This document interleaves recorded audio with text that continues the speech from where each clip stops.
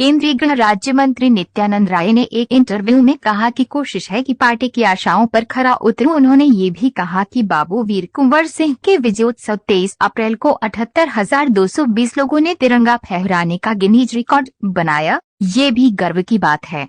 बिहार में सत्तारूढ़ जदयू भाजपा के लगातार बनते बिगड़ते समीकरणों की खबरों के बीच केंद्रीय गृह राज्य मंत्री नित्यानंद राय आजकल चर्चा में हैं। हाल में महान स्वतंत्रता सेनानी बाबू कुंवर सिंह की जयंती पर भारतीय जनता पार्टी द्वारा आयोजित एक समारोह में केंद्रीय गृह मंत्री अमित शाह की उपस्थिति में 78,220 लोगों ने एक साथ राष्ट्रीय ध्वज फहराया, जिसका record Guinness book of world records में दर्ज किया गया। उसके आयोजन नित्यानंद राय ने महत्वपूर्ण भूमिका निभाई। उनकी गिनती प्रदेश में भाजपा की नई पीढ़ी के अग्रणी नेताओं में की जाती है। उन्होंने आउटलुक के संपादक गिरिधर झा से 2024 में होने वाले आम चुनाव के लिए पार्टी की तैयारियों सहित कई मुद्दों पर बातचीत की।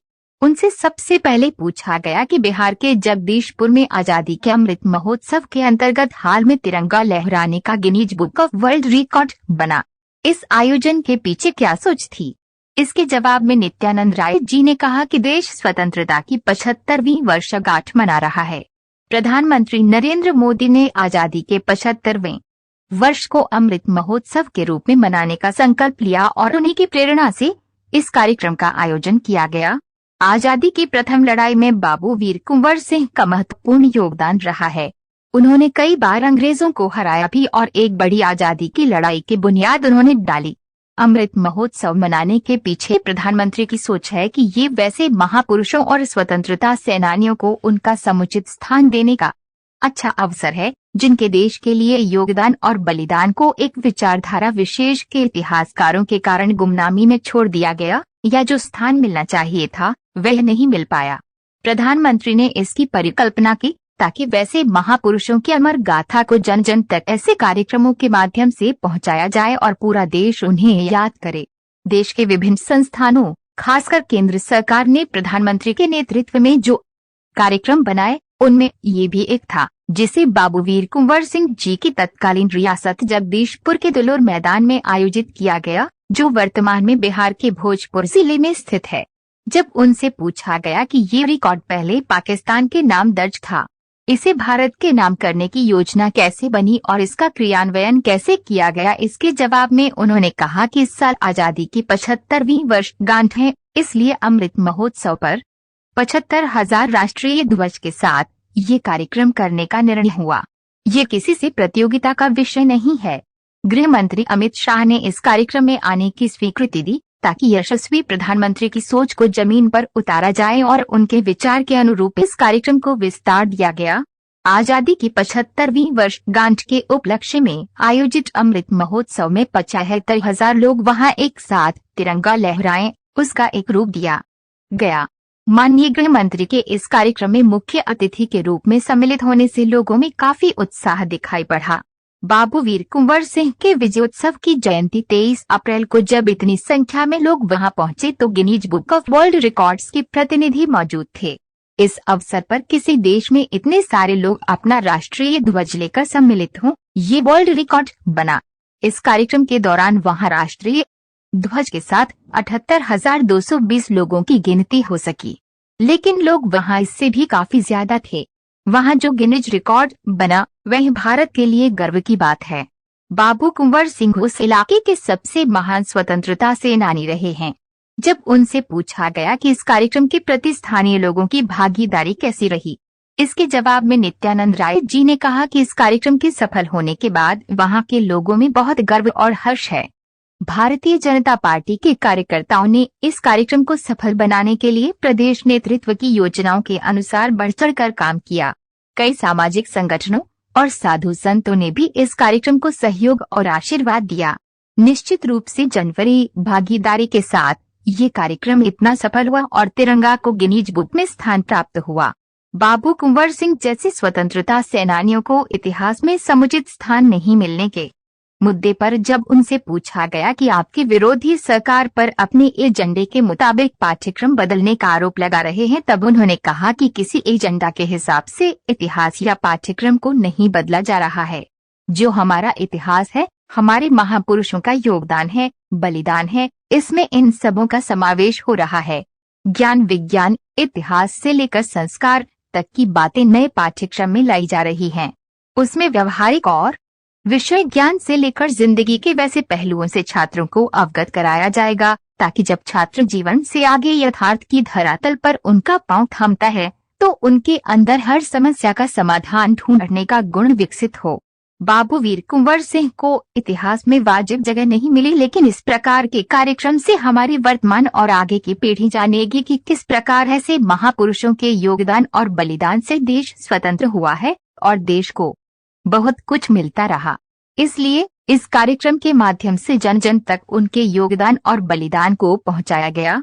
जब उनसे पूछा गया कि विपक्ष ये भी कह रहा है कि भाजपा का ये कार्यक्रम राजनीतिक और चुनावी कारणों को ध्यान में रखकर किया गया, तो नित्यानंद राय जी ने कहा कि मुझे आश्चर्य ही नहीं, अफसोस भी होता है कि अगर हम इस प्रकार के महापुरुषों के योगदान और बलिदान को लोगों के बीच प्रचारित करते हैं तो विपक्षी क्यों सवाल उठाते हैं।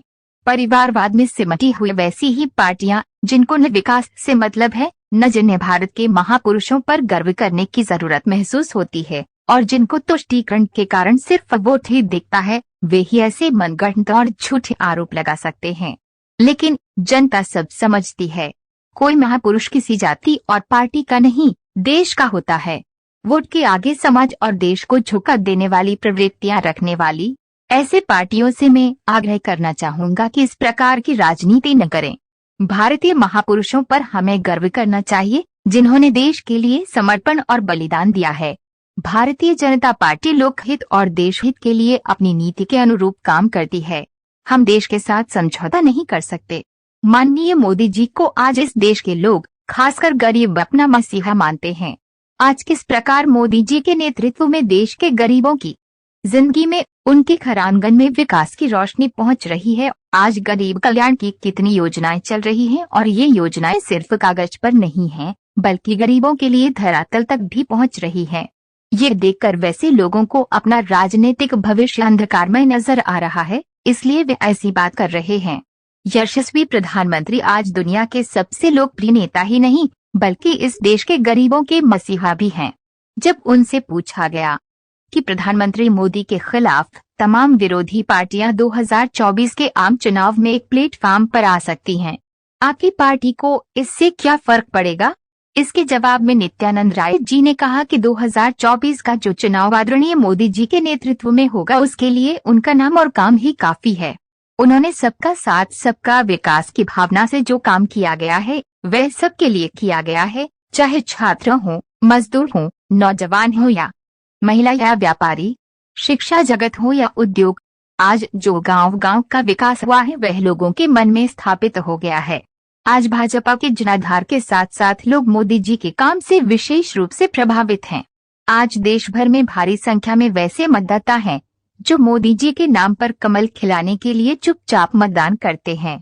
स्वामी विवेकानंद से किसी ने कहा था, आप तो उस देश के सन्यासी हैं जहाँ के लोग भूखे हैं, अशिक्षित हैं, बेबस हैं और बेघर हैं। तो स्वामी जी ने कहा था, मैं 21वीं सदी के भारत को देख रहा हूँ, जिस भारत में न कोई भूखा है, न कोई अशिक्षित, न कोई बेघर और न कोई बेबस है। जो भविष्यवाणी एक नरेंद्र विवेकानंद के बचपन का नाम ने की थी, उसे आज दूसरे नरेंद्र भारत के प्रधानमंत्री पूरा कर रहे हैं।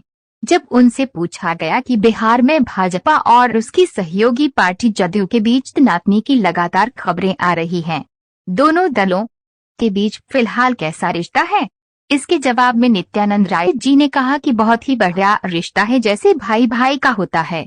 कुछ राजनीतिक दल, खासकर राजद को ये पचता नहीं है, इसलिए कभी कभी गलत बयानबाजी करके वे हमारे बीच मतभेद की झूठी बातें उठाते हैं, लेकिन यथार्थ में ऐसा कुछ नहीं है।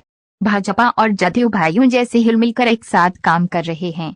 जब उनसे पूछा गया कि प्रदेश में अक्सर ये कयास लगाए जाते हैं कि पार्टी आपको केंद्र से वापस बिहार में कोई बड़ी जिम्मेदारी निभाने के लिए भेज सकती है, क्या इसके लिए आप तैयार हैं? इसके जवाब में नित्यानंद राय जी ने कहा, मोदी जी की प्रेरणा और नेतृत्व में और अमित शाह जी के सानिध्य में मैं अभी जहां काम कर रहा हूं, मेरे जीवन में इससे बड़ी खुशी कुछ नहीं हो सकती है।